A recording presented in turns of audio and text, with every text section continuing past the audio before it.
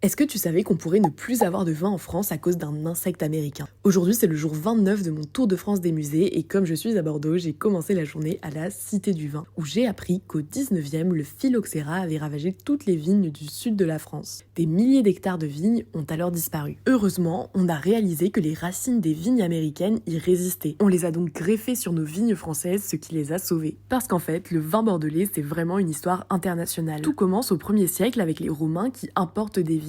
Mais leur renommée ne dépasse pas la région avant le mariage d'Aliénor d'Aquitaine avec le futur roi d'Angleterre. Les Anglais découvrent le Bordeaux qui plaît énormément et les négociants en profitent pour protéger leur vin en gagnant l'autorisation d'exporter en priorité les vins de Bordeaux. Le vin se conserve très mal à l'époque, donc c'est celui qui part en priorité qui est le préféré.